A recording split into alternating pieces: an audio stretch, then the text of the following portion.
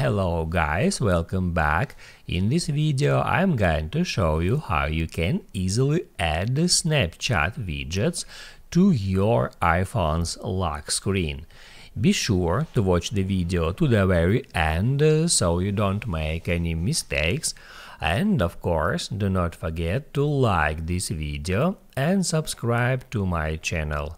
So let's begin, and once your device is unlocked, you can just swipe down from the top of the screen to bring up the lock screen, and then you can hold down your finger somewhere here to bring up that mode.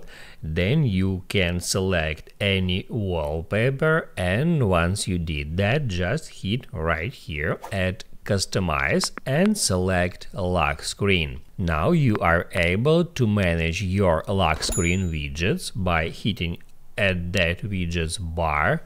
Then first you can remove some widgets, and then you can scroll down until you find the Snapchat, and then you can add Snapchat widgets to the lock screen. You can select between two different widgets types. The first is camera and the second one is pin a friend or group. So you can just select any of that widgets or both of them, and then you can add that widgets to that widgets bar by tapping on them. Then you can tap somewhere here, and now in order to select a friend you can tap at that widget.